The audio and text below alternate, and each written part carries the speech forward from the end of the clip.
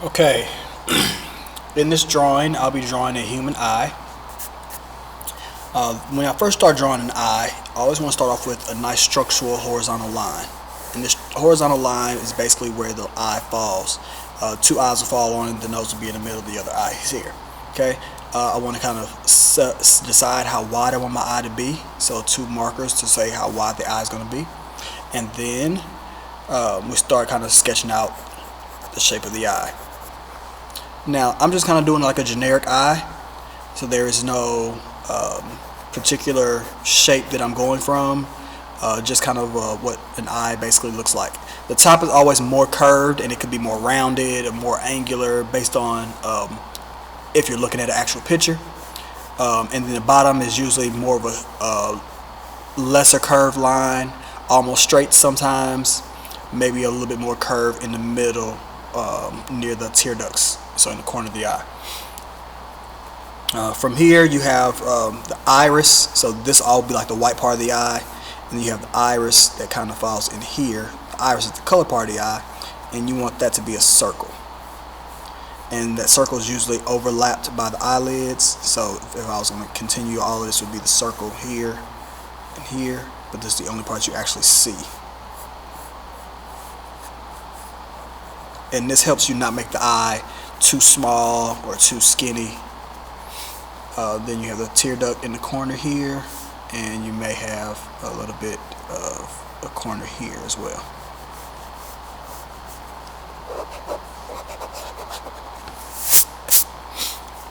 Inside of here you have your eye, your pupil. And your pupil is kind of also a circle.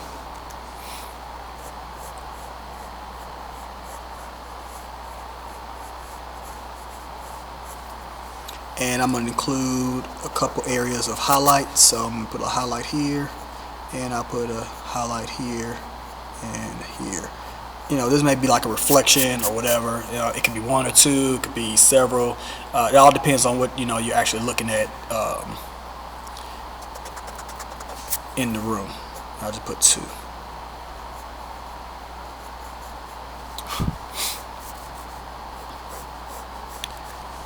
Once you have that part, you can kind of take away the structural line, that horizontal line, the end here. We don't need that anymore. Take that out. Alright, next is the eyelid. The eyelid is basically when you open your eye up, it folds in and creates a fold right above your eye. It's considered the eyelid. I'm just basically drawing that eyelid in, and there it is. And some people's eyelid is very close to their eyelashes. Some are higher. So the space in there again is determined based on your drawing. And then there's a little bit of area below the eye, usually not as dark, but it's basically the eye socket that you're creating. So above and below the eye. Finally, you have a little bit of space in here, and then you finally get to where you have the eyebrow. And I usually draw the bottom of the eyebrow first, and then come up and decide how thick I want the eyebrows to be, and you can draw the actual eyebrow itself. Okay? Alright, next is to draw the values. So the first thing I want to start off with is kind of, and I have my pencil here, just a regular number 2 pencil, and I do have a blending stump, and I am going to use the blending stump. So the first thing I want to do is kind of create the skin tone, and then I'll kind of build into this. Remember, I can always get darker, so it's all about kind of creating your values and then getting darker and blending out to create a smooth transition.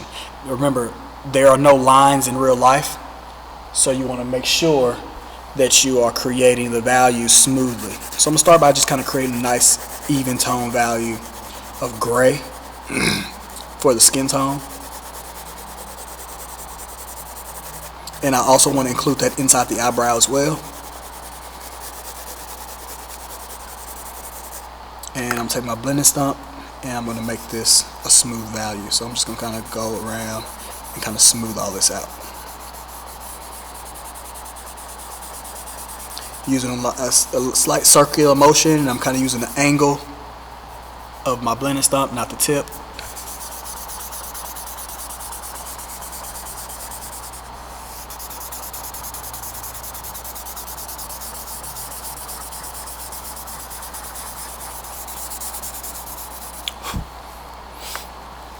and that gives me a skin tone. Okay.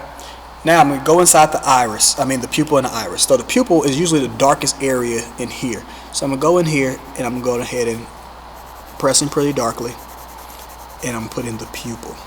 It's the blackest part of the eye. No matter if you have blue eyes, brown eyes, light brown eyes, hazel eyes, dark brown eyes, the pupil is always the darkest area. Technically, nobody has black eyes. Now, your eyes can be so dark that it is one of the darkest values in the picture, but the pupil is usually the darkest part. Alright, from here I'm going to create some texture in the iris. So I'm taking lines basically from the center, kind of stretching those out.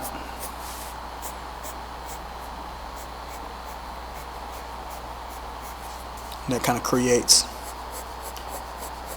texture of the iris.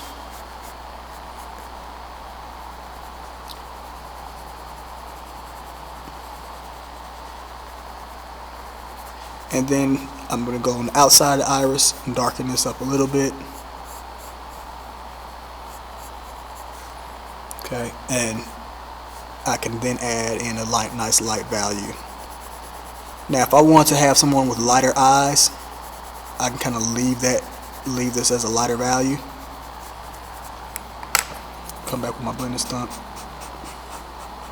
kind of blend this out.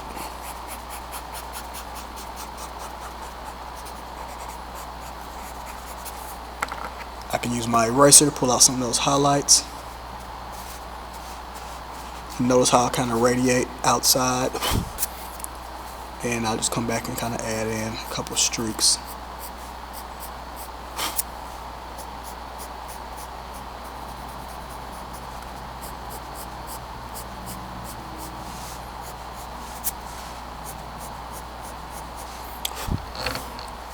Okay, so there's that part. Alright, the eyelid, the top line of the eyelid is usually your darkest line. So I'm going to go ahead and darken this up. And you notice how that darkness kind of matches the pupil.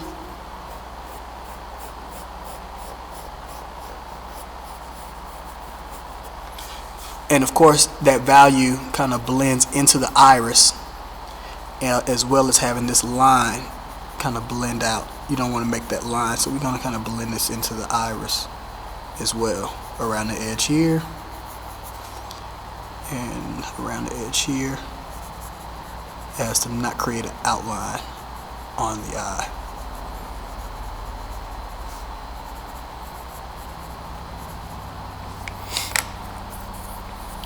There's always in the white part of the eye, because the eyelashes and eyelid, the eyelid actually has a width to it, and since it sticks out, it does, and the eyelashes go here, it does kind of create a shadow in the white part of the eye toward the top, because it is inside of the face,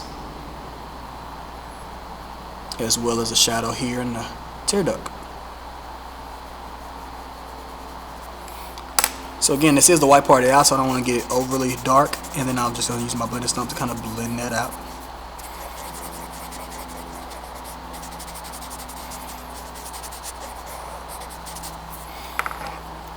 The eyelashes themselves, I'll save till last.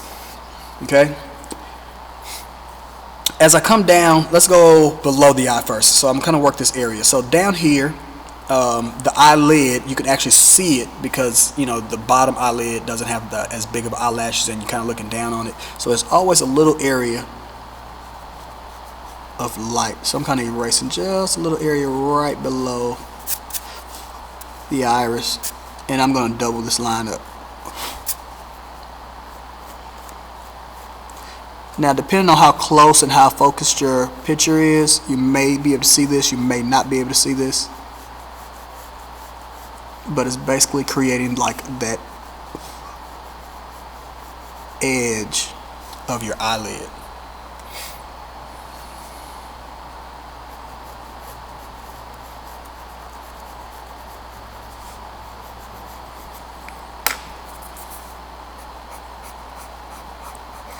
And again, I'm touching that up with the blending stump to kind of create that value.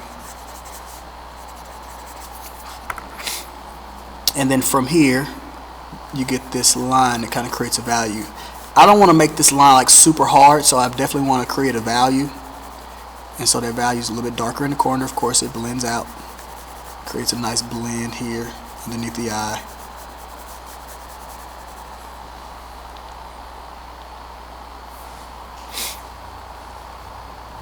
Maybe more of a shadow in as it goes on the inside, and then there's probably a little bit of shadow that comes out like this, and it usually leads you right into the eye, the corner of the eyes, and into where you have like the nose, ridge of the nose that kind of comes down. So I'm just kind of creating this subtle little value here. Alright, put the value in, I can kind of soften it up and blend it out.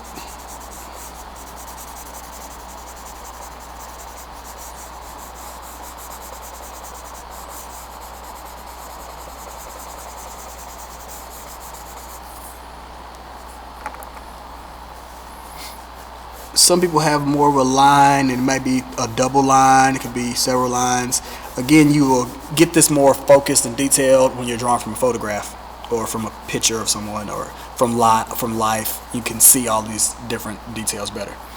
Up here you have the eyelid, and the eyelid is by far a much darker, deeper line, and depending on how strong the skin comes or how strong the fold is will determine that fold.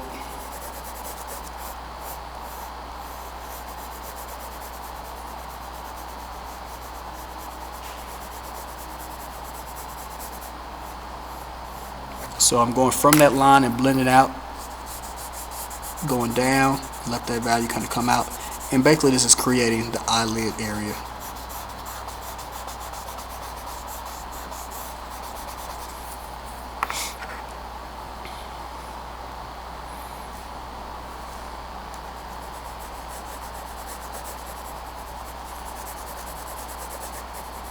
And that area does kind of go up into the eyebrow area as well, because this skin kind of comes from this fold.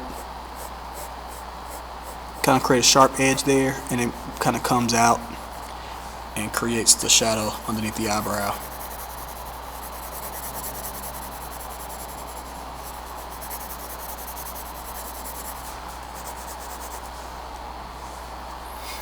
So you have that shadow here, and there's usually going to be a nice shadow in here as well, because you have the nose ridge, and usually creates a shadow that's in here. So from here kind of fades out, kind of comes around.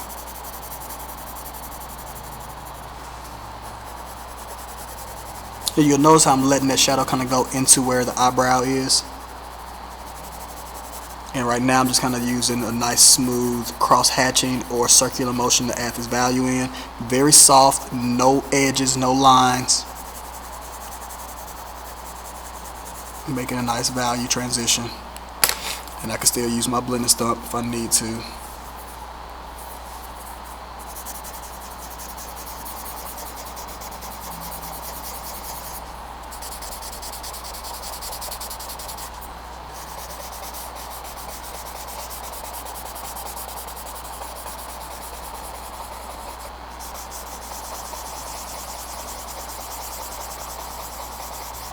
You kind of have that light source kind of hitting in here, so you will let it fade out.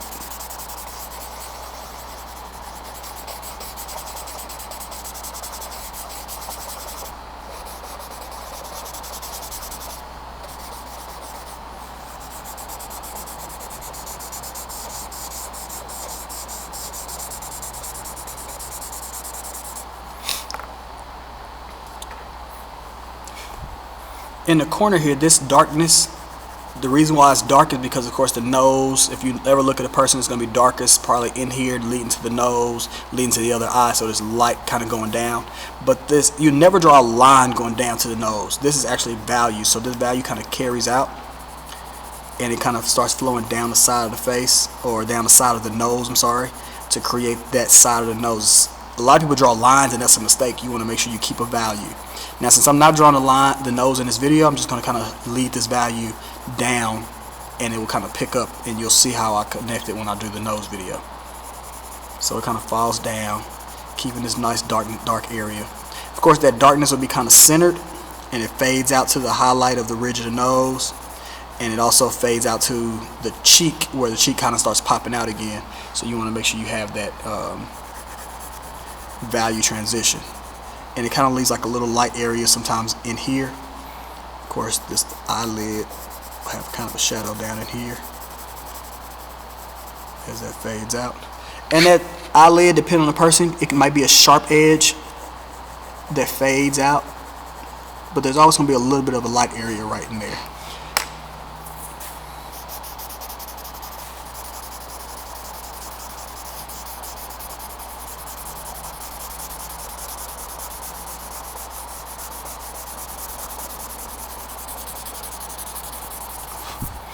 And the reason why I curate a skin tone is so I can come back if I need to, and I can always lighten up areas. So if I feel like there should be a little bit more light in here by using a blending stuff, I can kind of come back and pull out some light with my eraser.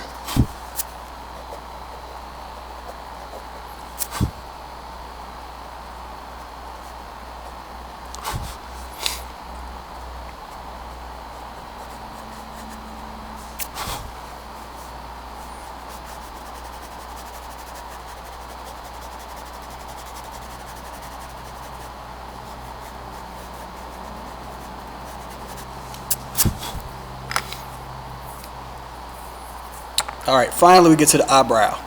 The eyebrow is definitely hair. So when we start doing the eyebrow, we'll go back and we'll look at the eyelashes as well. So the eyebrow, of course, if I have the shape of my eyebrow, it's all hairs, and those hairs grow a certain way. Out here they kind of start kind of vertical and they kind of curve out.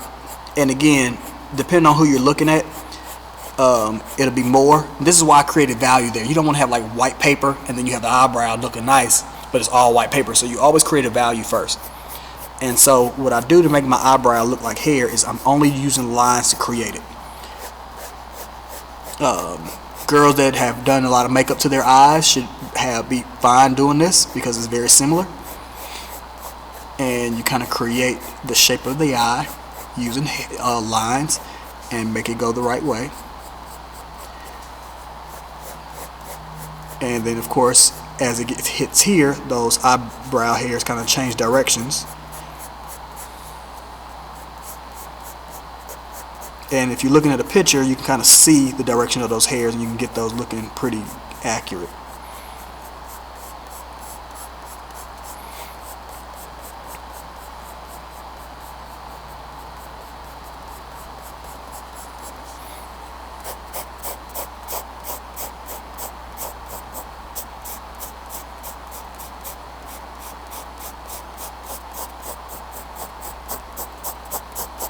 So I never like shaded it. I always let the lines kind of be created. The imperfection is kind of what makes it look more realistic. So not having like perfect outer shapes, but letting it be valued. And then of course there's a little bit of skin that goes above the eyelashes, the eyebrows, because that skin would go into the forehead. Of course that would be more so in drawing the whole face. We're just focusing on the eye right now, but yes, you do have like a shadow. This value kind of comes around and lead you to the side of the face. Once you get that part, that would kind of lead you to saying, okay, the side of the face is going to be about here, and then that value kind of stretches out and you kind of create the side of the face.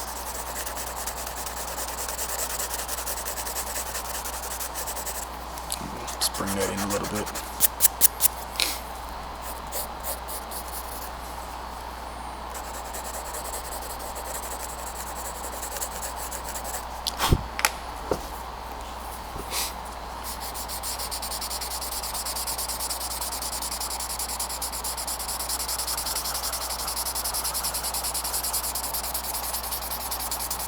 There's always like a little bit of light right above the eyebrow before it kind of fades into the skin tone of the face.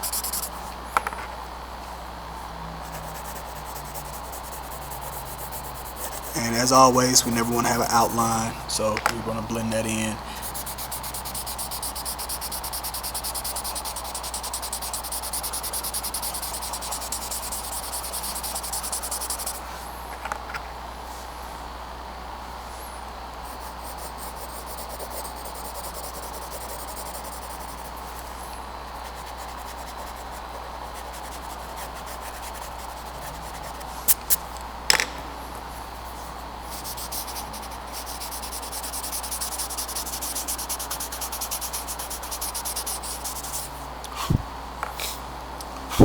And then finally, we're looking at the eyelashes. So remember, the top eyelashes, they kind of have this shape that kind of goes out this way, and as it moves to the middle, it kind of stops and goes shorter, and the bottom eyelashes go that way. All right, but they're much shorter. So we want to kind of know that the direction of those, and they overlap very close to each other, and that's what gives them the thickness. Some people have fake eyelashes and it gets a lot longer, or they have mascara if it's a girl, and the mascara helps pull and make the lashes look thicker. But it's basically the same shape. You kind of go down and out, and it does kind of overlap in front of the white part of the eye, and so you start creating those eyelashes.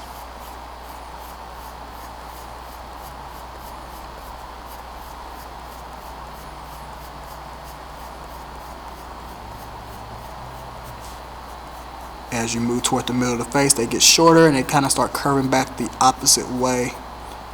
And so on here, if this is the eye, they kind of curve back this direction but get smaller. And of course over here, they curve back that direction and get smaller.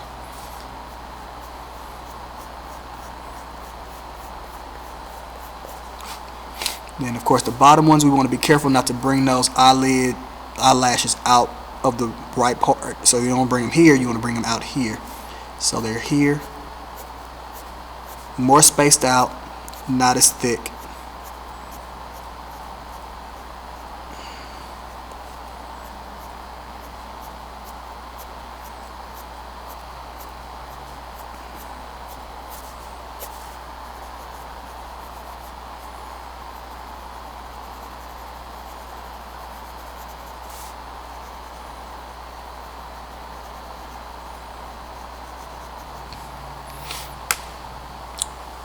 And there you have the human eye.